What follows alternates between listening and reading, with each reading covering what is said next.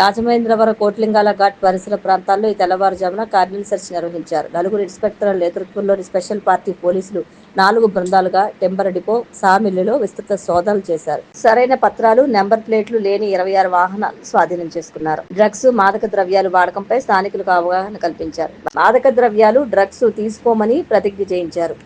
జిల్లాలోని అసాంఘిక కార్యకలాపాలు జరుగుతాయని గుర్తించిన పరిసర ప్రాంతాల్లో అణువణువు క్షుణ్ణంగా సోదాలు నిర్వహించామని ఎస్పీ డి నరసింహకిషోర్ తెలిపారు. ఈ కార్డినెన్స్ సెర్చ్ లో ఇన్స్పెక్టర్లు వి అప్పారావు, మురళీకృష్ణ, బాజీలాల్, బాలశౌరి, సబ్ ఇన్స్పెక్టర్లు, సిబ్బంది పాల్గొన్నారు. ఏ దేశానికైనా యువతే శక్తి, సమాజం మరియు దేశం అభివృద్ధిలో యువత శక్తి ముఖ్యమైన పాత్ర పోషిస్తుంది. అందువల్ల మాదక ద్రవ్య రహిత భారతదేశ ప్రచారంలో గరిష్ట సంఖ్యలో యువత పాల్గొనడం చాలా ముఖ్యం. దేశం యొక్క ఈ సవాలును స్వీకరిస్తూ ఈ రోజు మనం నషాముక్త భారత్ అభియాన్ కింద ఐక్యమై సమాజం, కుటుంబం, స్నేహితులు మాత్రమే కాకుండా మనం కూడా మాదక ద్రవ్య రహితంగా ఉంటామని ప్రతిజ్ఞ చేస్తున్నాము. ఎందుకంటే మార్పు మనతోనే ప్రారంభం కావాలి. కాబట్టి మనమందరం కలిసి మన ఆంధ్రప్రదేశ్ రాష్ట్రాన్ని మాదక ద్రవ్య రహితంగా మార్చడానికి దృఢమైన నిర్ణయం తీసుకుందాం. నా దేశాన్ని మాదక ద్రవ్య రహితంగా మార్చడానికి నా శక్తి మేరకు నేను ప్రతిదీ చేస్తానని ప్రతిజ్ఞ చేస్తున్నాను. జై హింద్. రాజానగరం నియోజకవర్గంలోని సీతానగరం మండలం కోనవరం గ్రామానికి చెందిన పలువురు వైసీపీని వీడి జనసేనలో చేరారు. ఎమ్మెల్యే బత్తుల బలరామకృష్ణ సమక్షంలో చేరిన వారికి జనసేన కండువాలు కప్పి పార్టీలోకి ఆహ్వానించారు. జనసేన పార్టీ నా సేన కోసం నా వంతు రాష్ట్ర కమిటీ కోఆర్డినేటర్ బత్తుల వెంకటలక్ష్మి, సీతానగరం మండల జనసేన పార్టీ నాయకులు, కార్యకర్తలు, వీర మహిళలు పాల్గొన్నారు. అంతర్జాతీయ మహిళా దినోత్సవం నాడు రాజమహేంద్రవరం ప్రభుత్వ ఆసుపత్రిలో మాతా శిశు విభాగంలో అసభ్యకరంగా నృత్యాలతో రీల్స్ చేసిన 2 హెడ్ నర్సులు మెర్సీ, ఈశ్వరిలపై సస్పెన్షన్ వేటు పడింది. ఐటెం పాటలకు అనుగుణంగా వారు చేసిన నృత్యాలు సామాజిక మాధ్యమాల్లో వైరల్ కావడంతో అధికారులు స్పందించారు. ప్రభుత్వ ఆసుపత్రిలో విధులు నిర్వహిస్తున్న నర్సింగ్ సిబ్బంది బాధ్యతారాహిత్యంగా వ్యవహరించిన తీరుపై వైద్యారోగ్య శాఖ రీజనల్ డైరెక్టర్ తీవ్రంగా స్పందించారు. హెడ్ నర్సులు నృత్యాలు చేస్తున్నప్పుడు అక్కడే ఉన్న 16 మంది నర్సింగ్ సిబ్బందికి షోకాస్ నోటీసులు జారీ చేశారు. ముస్లిం మైనార్టీల అభివృద్ధికి కూటమి ప్రభుత్వం కట్టుబడి ఉందని రాజమహేంద్రవరం సిటీ ఎమ్మెల్యే ఆదిరెడ్డి శ్రీనివాస్ అన్నారు. పవిత్ర రంజాన్ మాసాన్ని పురస్కరించుకుని ఉపవాస దీక్ష చేస్తున్న ముస్లింల కోసం 32వ డివిజన్ జాంపేట కురేషి మసీదులో ఏర్పాటు చేసిన ఇఫ్తార్ విందుకు ఎమ్మెల్యే ఆదిరెడ్డి శ్రీనివాస్ హాజరై అల్సమి గ్రూప్ ఆఫ్ కంపెనీస్ అధినేత మహమ్మద్ అబ్దుల్లా ముస్లిం మైనార్టీ పెద్దలకు పలహారాలు తినిపించి ఉపవాస దీక్ష విరమింపజేశారు. ఈ కార్యక్రమంలో ముస్లిం మైనార్టీ నాయకులు, అధిక సంఖ్యలో ముస్లింలు, తెలుగుదేశం పార్టీ నాయకులు తదితరులు పాల్గొన్నారు. ఎండల తీవ్రత దృష్ట్యా ఈ నెల 14న పిఠాపురంలో తలపెట్టిన రాష్ట్ర స్థాయి జనసేన ఆవిర్భావ సభను జనసేనాని పవన్ కళ్యాణ్ రద్దు చేసినట్లు ప్రకటించారు. అదే రోజున 14న ఉమ్మడి జిల్లా కేంద్రాలు, నగరాలు, మండలాలు, పంచాయతీల్లో వేడుకలు జరపాలని పిలుపునిచ్చారు.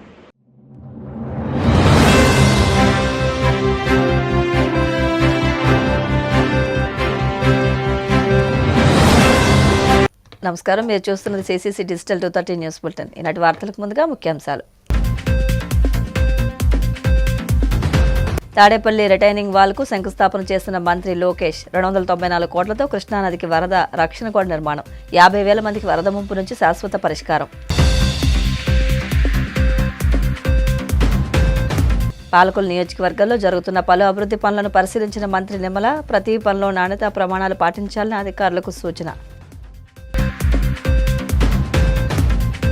మహిళలకు ఆస్తిలో సమాన హక్కు, రిజర్వేషన్లు కల్పించిన ఘనత టీడీపీదన్న మంత్రి డిబివి స్వామి. మహిళా సాధికారత సంక్షేమానికి కూటమి ప్రభుత్వం కృషి చేస్తుందని వెల్లడి.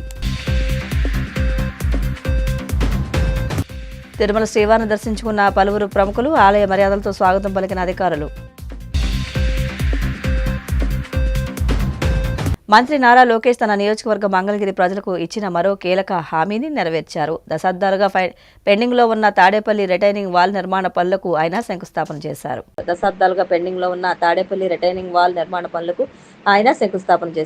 294.20 కోట్ల అంచనా వ్యయంతో ఈ ప్రాజెక్టును చేపట్టనున్నారు. ఎన్నికల సమయంలో ఇచ్చిన హామీ మేరకు ఏడాదిలోనే పరిపాలన అనుమతులు, టెండర్ల ప్రక్రియ పూర్తి చేసి పనులకు శ్రీకారం చుట్టడం గమనార్హం. ఈ రిటైనింగ్ వాల్ నిర్మాణం పూర్తయితే తాడేపల్లి పరిధిలోని సుందరయ్య నగర్, మహానాడు కాలనీ సహా పలు లోతట్టు ప్రాంతాల్లోని సుమారు 50,000 మంది ప్రజల వరద కష్టాలు శాశ్వతంగా తీరనున్నాయి. అంతేకాకుండా అమరావతిలోని కొన్ని ప్రాంతాలకు జాతీయ రహదారి 65కు కూడా ఈ గోడ రక్షణగా నిలుస్తుంది.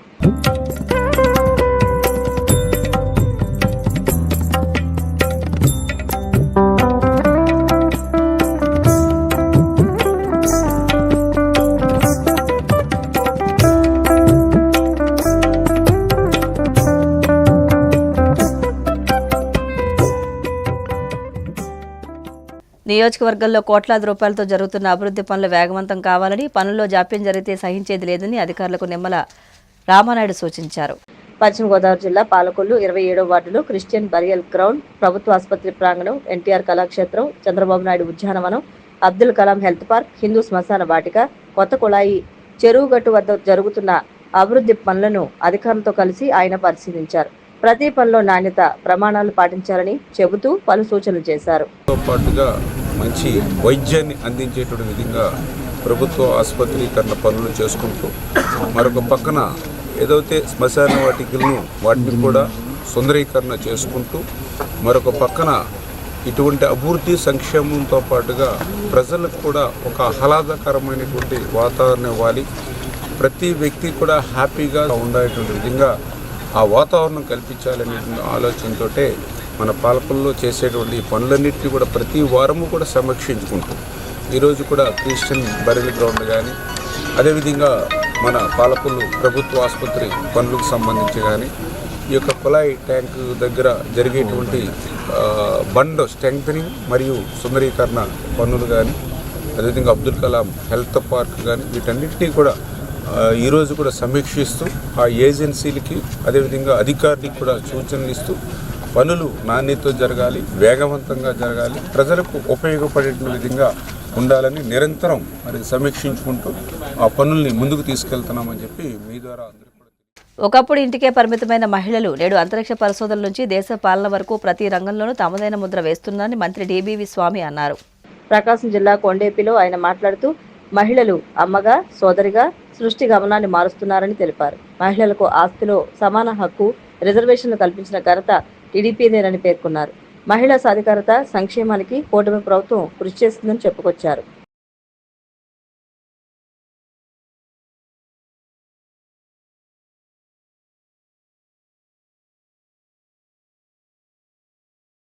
గౌరవ ముఖ్యమంత్రి శ్రీ నారా చంద్రబాబు నాయుడు గారు ప్రభుత్వ పరంగా మహిళా సంక్షేమానికి, మహిళా సాధికారతకు, మహిళల్ని పారిశ్రామికవేత్తగా చేయటం కోసం తీసుకున్నటువంటి చర్యలన్నింటినీ కూడా చాలా కూలంకషంగా వివరించడం జరిగింది. కానీ మీరు ఒకటి గుర్తుంచుకోవాలి, ప్రభుత్వం వచ్చిన కొద్ది నెలల్లోనే మహిళల మీద జరిగేటువంటి అఘాయిత్యాలు వాటిని కంట్రోల్ చేయడంలో విజయం సాధించి భారతదేశంలోనే మహిళలకు అత్యంత భద్రతాపరమైన నగరంగా విశాఖ నగరాన్ని తీసుకురావడం జరిగిందంటే అది ప్రభుత్వం మహిళలకు ఇచ్చినటువంటి గౌరవాన్ని తెలియజేస్తూ ఈరోజు పనిచేసే ప్రాంతాల్లో మహిళలకి, తల్లులకి, అదేవిధంగా మహిళలకి పిల్లల కేర్ కూడా తీసుకోవడం జరుగుతూ చట్టసభల్లో రేపు అయితే అసెంబ్లీలో దాదాపుగా 33%, అదేవిధంగా పార్లమెంట్లో కూడా మహిళలకి రిజర్వేషన్ కల్పించేదానికి మా ఎన్డీఏ ప్రభుత్వం చిత్తశుద్ధితో ఉంది. అంటే బహుశా రేపు జరిగే ఎన్నికల్లో మహిళల సంఖ్య పెంచేందుకు ఎన్డీఏ ప్రభుత్వం చిత్తశుద్ధి ఉంది. అదేవిధంగా మహిళల్ని పారిశ్రామికవేత్తలుగా చేసేందుకు ప్రభుత్వం కూడా సబ్సిడీలు ఇవ్వటం, వారికి మరిన్ని ప్రయోజనాలు కలిగించే విధంగా చర్యలు తీసుకుంటున్నాం. మా ప్రభుత్వం అయితే మహిళా సంక్షేమానికి, వారి యొక్క ప్రగతికి, ఈ రాష్ట్ర అభివృద్ధిలో కీలకం మహిళలని విశ్వసించిన ప్రభుత్వం, వాటి విధిగా ప్రభుత్వం కృషి చేస్తుందని తెలియజేసుకుంటూ ముఖ్యమంత్రి గారు చెప్పినటువంటి అంశాల్లో మరి ముఖ్యంగా 1-2 ఇష్యూస్ మీ అందరికీ కూడా చెప్తున్నాను. ఒకటి మహిళల యొక్క సేఫ్టీ, రెండోది స్వయం యాప్ మీకోసం అనేది రిలీజ్ చేశారు. అది చాలా చాలా ఇంపార్టెంట్. ఎందుచేతంటే మీకు రాబోయే రోజుల్లో దాని యొక్క ప్రాముఖ్యత కూడా PDDRDA దగ్గర నుంచి కానీ మెప్మా దగ్గర నుంచి కానీ మీకు తెలియజేయడం జరుగుతుంది. మీరు ఆల్మోస్ట్ ఇక్కడ 50,000 వరకు గ్రూప్స్ ఉన్నాయి. ఒక్కో గ్రూప్కి కనుక మనము 10 మెంబర్షిప్ని వేసుకుంటే ఆల్మోస్ట్ ఒక 5 లక్షల వరకు కూడా మనకి ఇక్కడ మెంబర్స్ ఉన్నారు. ఈ 5 లక్షల మెంబర్స్ కూడా వాళ్ళ యొక్క కుటుంబంలో ఈ స్వయం యాప్ ద్వారా వాళ్ళకి కావాల్సినటువంటి రెగ్యులర్గా కావాల్సినటువంటి ఐటమ్స్ని వాళ్ళు తయారు చేసుకోవడం ద్వారా కానీ లేదంటే కనుక సప్లయర్స్తో టైప్ అవడం కానీ చేస్తే ఆల్మోస్ట్ ప్రతి ఇంటికి కూడా డెఫినెట్గా ఒక ఎంటర్ప్రెన్యూర్ తయారవడానికి అవకాశం ఉంటుంది. ప్రతి 10 గ్రూప్స్ కూడా ఒక ఎంటర్ప్రెన్యూర్ తయారవడానికి కూడా అవకాశం ఉంటుంది. అవన్నీ కూడా ప్లానింగ్లో రేపు మీకు అందరికీ కూడా ఎలాగ చేయాలనేది కూడా మేము ఎక్స్ప్లెయిన్ చేస్తాము. బట్ ఏదేమైనప్పటికీ కూడా ఈరోజు మనందరం కలిపి ఈ యొక్క మహిళా దినోత్సవాన్ని చాలా ఉత్సాహంగా కలిపి స్త్రీ లేనిదే జననం గమనం సృష్టి లేవని మంత్రి గుమ్మడి సంధ్యారాణి అన్నారు. కూటమి ప్రభుత్వం ఇచ్చిన సూపర్ 6 హామీల్లో 4 మహిళలకు సంబంధించినవేనని మిగిలిన వాటిలోనూ వారికి ప్రాధాన్యం ఉందని పేర్కొన్నారు. కూటమి ప్రభుత్వం ఇచ్చిన సూపర్ 6 హామీల్లో 4 మహిళలకు సంబంధించినవేనని మిగిలిన వాటిలోనూ వారికి ప్రాధాన్యం ఉందని పేర్కొన్నారు. రేషన్ కార్డు ఇవ్వాలన్నా ఇంటి పట్టా మంజూరు చేయాలన్నా మహిళల్ని ముందు పెట్టి వారు ఆర్థికంగా సామాజికంగా రాజకీయంగా ఎదగడానికి చంద్రబాబు కృషి చేశారని చెప్పుకొచ్చారు.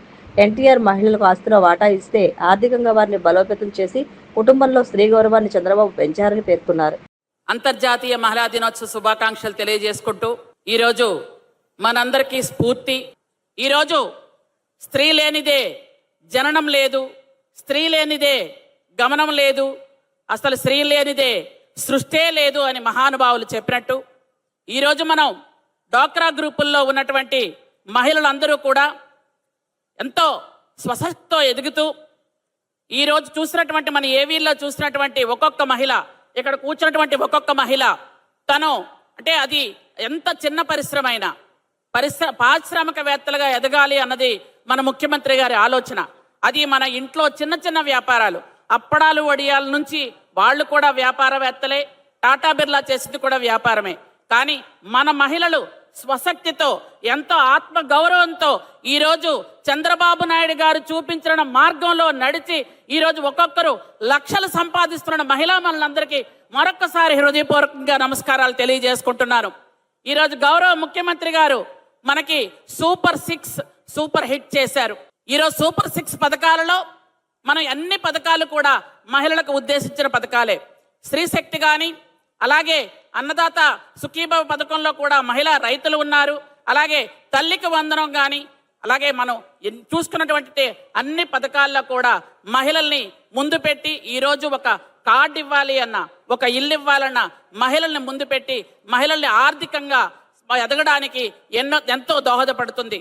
ఈరోజు మహిళలు ఆర్థికంగా, సామాజికంగా, రాజకీయంగా పూర్తి స్థాయిలో ఎదగడానికి ముఖ్య కారణమైనటువంటి మన గౌరవ ముఖ్యమంత్రి చంద్రబాబు నాయుడు గారికి మరొక్కసారి ధన్యవాదాలు తెలియజేసుకుంటూ, ఆ రోజు అన్న నందమూరి తారక రామారావు గారు మహిళలకి ఆస్తిలో హక్కిస్తే ఈరోజు మన అన్న చంద్రబాబు నాయుడు గారు మనకి కుటుంబంలో ఆర్థికంగా గౌరవం ఇచ్చి మనకి గౌరవాన్ని పెంచినందుకు మనందరం కూడా హృదయపూర్వకంగా ధన్యవాదాలు తెలియజేసుకోవాలి. ఈరోజు స్త్రీ సంక్షేమ శాఖలో ఉన్నటువంటి అందరూ మహిళలు చక్కగా ఉద్యోగాలు చేసుకుంటూ ఈరోజు ఇక్కడ ఉన్నటువంటి డ్వాక్రా మహిళలందరూ కూడా 5 కోట్ల మంది ప్రజలలో దాదాపు 50% మహిళలే ఉన్నారు. మనం పురుషుల కంటే మనమే ఎక్కువ ఉన్నాం. కాబట్టి మనందరం కూడా ఒక ఇంట్లో మహిళ చదువుకుంటే ఆ ఇల్లంతా చదువుకున్నట్టే.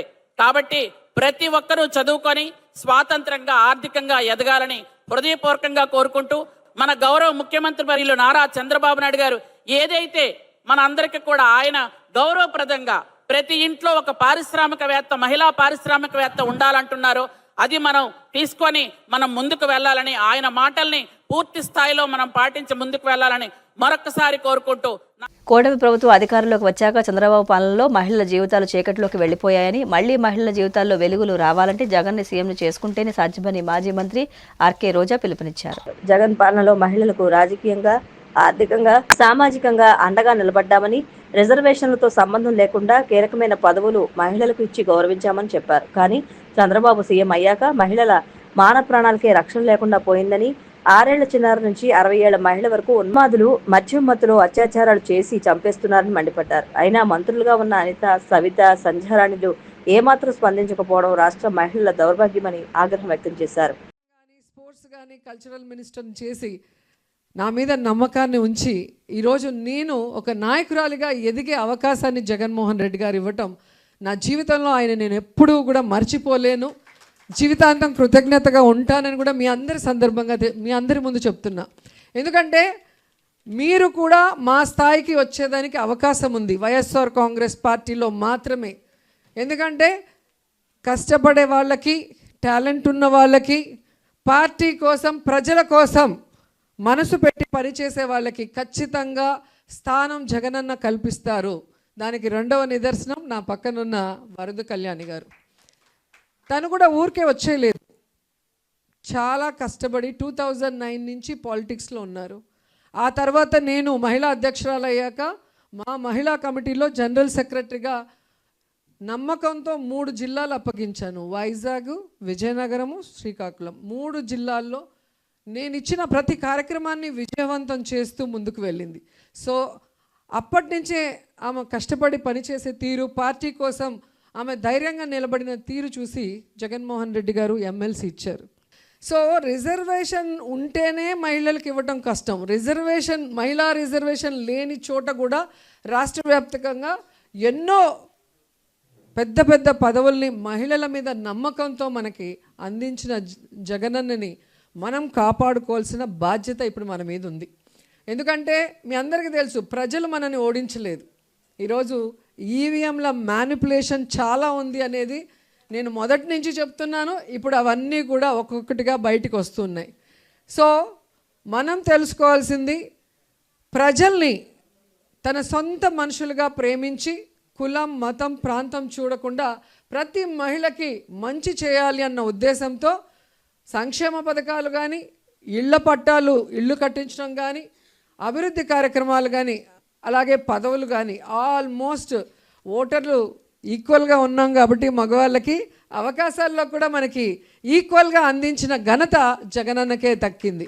మరి అలాంటి జగనన్నని ఈరోజు మనం కూడా కులం, మతం, ప్రాంతం ఏది కూడా తేడా లేకుండా ప్రతి మహిళ కూడా ఒక శక్తిగా, ఒక టీం వర్క్గా ఫామ్ అయ్యి మనం జగనన్నని మళ్ళీ ముఖ్యమంత్రి స్థానంలో కూర్చోబెట్టాలని కూడా ఈ సందర్భంగా తెలియజేసుకుంటున్నా.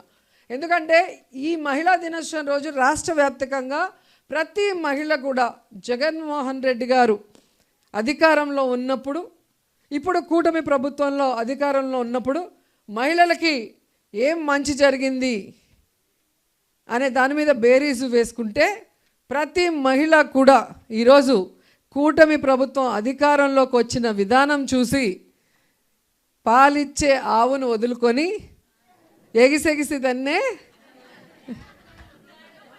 దొన్నపోతుని తెచ్చుకున్నామని ప్రతి మహిళ ఫీల్ అవుతుంది.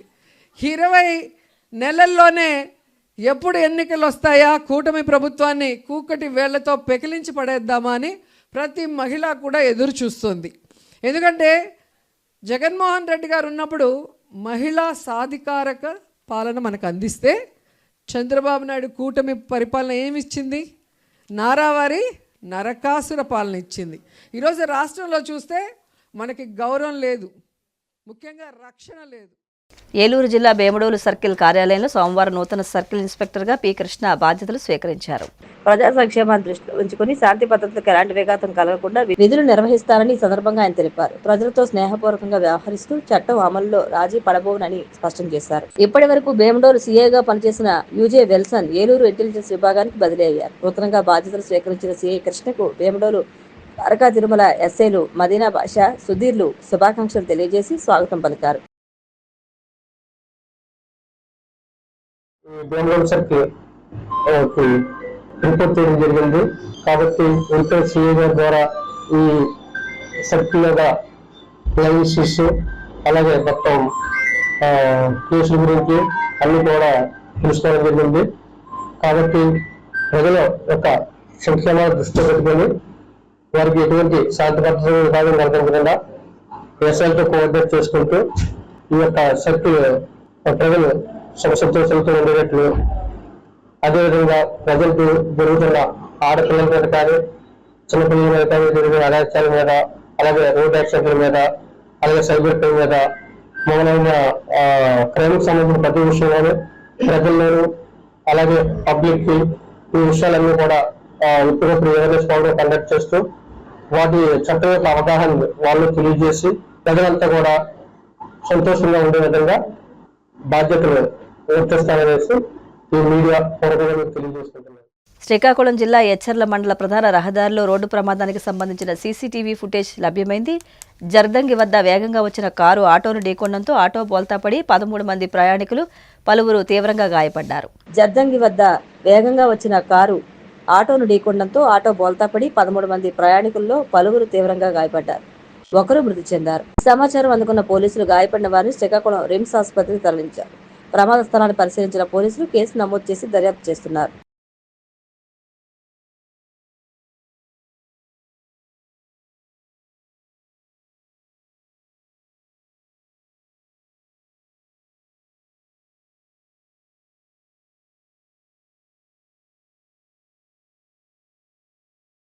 పెంచిన గ్యాస్ ధరలను తక్షణమే రద్దు చేయాలని సిపిఎం విశాఖ జిల్లా కార్యదర్శి వర్గ సభ్యులు 78వ వార్డు కార్పొరేటర్ గంగాధర్రావు కేంద్ర ప్రభుత్వాన్ని డిమాండ్ చేశారు. గ్యాస్ ధర పెంచడాన్ని సిపిఎం విశాఖ జిల్లా కమిటీ నిరసిస్తూ ఖాళీ గ్యాస్ బండలతో పిఠాపురం కాలనీలో ఉన్న సిపిఎం కార్యాలయం నుండి మద్దిలపాలెం సెంటర్ వరకు ప్రదర్శన చేపట్టింది. అనంతరం గంగారావు మాట్లాడుతూ అమెరికా, ఇజ్రాయిల్ కలిపి ఇరాన్పై యుద్ధం చేయడంతో వంట గ్యాస్ ధర పెరిగాయన్నారు. మరికొద్ది రోజుల్లో పెట్రోల్, డీజిల్ ధరలు కూడా పెరుగుతాయని కేంద్ర రాష్ట్ర ప్రభుత్వాలు చెప్పడాన్ని తీవ్రంగా ఖండించారు. బీజేపీ సర్కారు అత్యంత రాక్షసత్వంగా యుద్ధం పేరు చెప్పి వంట గ్యాస్ సిలిండర్ ధరని ఏకంగా 60 రూపాయలు పెంచింది. వాణిజ్య సిలిండర్ ధరని 114 రూపాయలకి పెంచింది. ఈ దారుణమైనటువంటి పెంపుదలని సిపిఎం పార్టీ తీవ్రంగా ఖండిస్తూ ఉన్నది. మోడీ ప్రభుత్వం తక్షణం పెంచినటువంటి గ్యాస్ ధరలను పూర్తిగా రద్దు చేయాలని సిపిఎం పార్టీ డిమాండ్ చేస్తున్నది. అలాగే నరేంద్ర మోడీ ప్రభుత్వం మన దేశాన్ని అమెరికాకి తాకట్టు పెట్టే విధంగా వ్యవహరిస్తూ ఉన్నది. అమెరికా, ఇజ్రాయెల్ అత్యంత దుర్మార్గంగా ఇరాన్ మీద తీవ్రమైనటువంటి బాంబు దాడులకి ప్రయత్నం చేస్తూ ఉంటే గత వారం రోజుల నుంచి యుద్ధ క్షిపణులు ప్రయోగించి వందలాది మంది ఇరానీ పౌరుల్ని నాశనం చేసింది. స్కూళ్ళ మీద బాంబుల్ని వేస్తూ ఉన్నది. అలాగే హాస్పిటల్స్ని ధ్వంసం చేస్తూ ఉన్నది. పౌరుల నివాసాల్ని విధ్వంసం చేస్తూ ఉన్నది. అయినా భారత ప్రభుత్వం నరేంద్ర మోడీ నోరు మెత్తకపోవటం అనేటువంటిది చాలా ఆందోళన కలిగిస్తున్నది. దానివలన భారతదేశానికి ఇరాన్ నుంచి వచ్చేటటువంటి ఆయిల్, హార్మోజ్ నది నుంచి వచ్చేటటువంటి ఆయిల్ కూడా పూర్తిగా నిలిచిపోయింది. దానివలన ఒక బ్యారెల్ ధర 70 రూపాయల నుంచి ఈరోజు $90, $70 నుంచి $90 పెరిగింది. త్వరలో $100 కూడా దాటిపోయేటటువంటి ప్రమాదం ఏర్పడిపోతూ ఉన్నది. దీనివలన పెట్రోలు, డీజిల్ కూడా భారీగా పెరిగిపోతూ ఉన్నది. ఇది రాష్ట్రంలో బీజేపీ ప్రభుత్వం, నరేంద్ర మోడీ ప్రభుత్వము ట్రంప్ ప్రభుత్వానికి అండగాగటం వల్ల ఈ దారుణమైనటువంటి పరిస్థితి భారతదేశానికి వచ్చింది. ఆఖరికి మనం ఇరాన్ నుంచి, అనేక దేశాల నుంచి ఐఎఫ్ఆర్కి విశాఖపట్నానికి గత నెలలో వాళ్ళని పిలిపించాం. యుద్ధ విన్యాసాలు, నౌకా విన్యాసాలు చేశాము. మన గౌరవాన్ని మన్నించి, మన పిలుపుని మన్నించి వాళ్ళందరూ కూడా యుద్ధ నౌకలతోటి విశాఖపట్నం వచ్చి 10 రోజుల పాటు నౌకా విన్యాసాలు చేశాయి. అందులో ఇరాన్ నౌక ఒకటి దాదాపు 100 మంది పైన సైనికులు వచ్చి ఇక్కడ విన్యాసాలు చేశారు. అటువంటి యుద్ధ నౌక శ్రీలంక దాటి వెళ్తున్నటువంటి సమయంలో దాన్ని అమెరికా యొక్క యుద్ధ నౌక దాన్ని పేల్చివేసి సముద్రంలోనే కూల్చివేసేసినటువంటి పరిస్థితి. 100 మంది సైనికుల్ని చంపేశారు అత్యంత దారుణంగా. వాళ్ళు ప్రశాంతంగా నిరాయుధులుగా ఉండి ఆ దేశానికి వెళ్తున్నటువంటి సందర్భంలో దొంగ దెబ్బతీసి అమెరికా ప్రయత్నం చేస్తూ ఉంటే భారత ప్రభుత్వం ఏం చేస్తుంది? మన అతిథిగా పిలిస్తే వచ్చినటువంటి వాళ్ళు మన వాళ్ళ మీద మన అతిథుల మీద దాడి చేస్తూ ఉంటే నరేంద్ర మోడీ సిగ్గు లేదా, నోరు లేదా? కలియుగ ప్రత్యక్ష దైవం తిరుపల శ్రీ వెంకటేశ్వర స్వామివారిని పలువురు ప్రముఖులు దర్శించుకున్నారు. వీఐపీ విరామ దర్శన సమయంలో మొక్కులు చెల్లించుకున్నారు. వీఐపీ విరామ దర్శన సమయంలో Tamil Nadu high court chief justice Sushrut Arvind, Dharmadhikari Madhya Pradesh high court న్యాయమూర్తి వెంకటరమణ వేర్వేరుగా స్వామివారి సేవలో పాల్గొని మొక్కులు చెల్లించుకున్నారు. దర్శనానంతరం వీరికి రంగనాయకుల మండపంలో వేద పండితులు వేద ఆశీర్వచనం అందించగా ఆలయ అధికారులు స్వామివారి తీర్థప్రసాదాన్ని అందజేసి పట్టు వస్త్రంతో సత్కరించారు. పశ్చిమ గోదావరి జిల్లా పాలకొల్లు 27వ వార్డులో క్రిస్టియన్ బరియల్ గ్రౌండ్, ప్రభుత్వ ఆసుపత్రి ప్రాంగణం, ఎన్టీఆర్ కళాక్షేత్రం, చంద్రబాబు నాయుడు ఉద్యానవనం, అబ్దుల్ కలాం హెల్త్ పార్క్, హిందూ శ్మశాన వాటిక, కొత్త కుళాయి చెరువుగట్టు వద్ద జరుగుతున్న అభివృద్ధి పనులను అధికారులతో కలిసి ఆయన పరిశీలించారు. ప్రతి పనిలో నాణ్యత ప్రమాణాలు పాటించాలని చెబుతూ పలు సూచనలు చేశారు. వార్తలు ముగించే ముందు ముఖ్యాంశాలు మరొకసారి. తాడేపల్లి రిటైనింగ్ వాల్ కు శంకుస్థాపన చేసిన మంత్రి లోకేష్ 294 కోట్లతో కృష్ణానదికి వరద రక్షణ గోడ నిర్మాణం, 50,000 మందికి వరద ముంపు నుంచి శాశ్వత పరిష్కారం.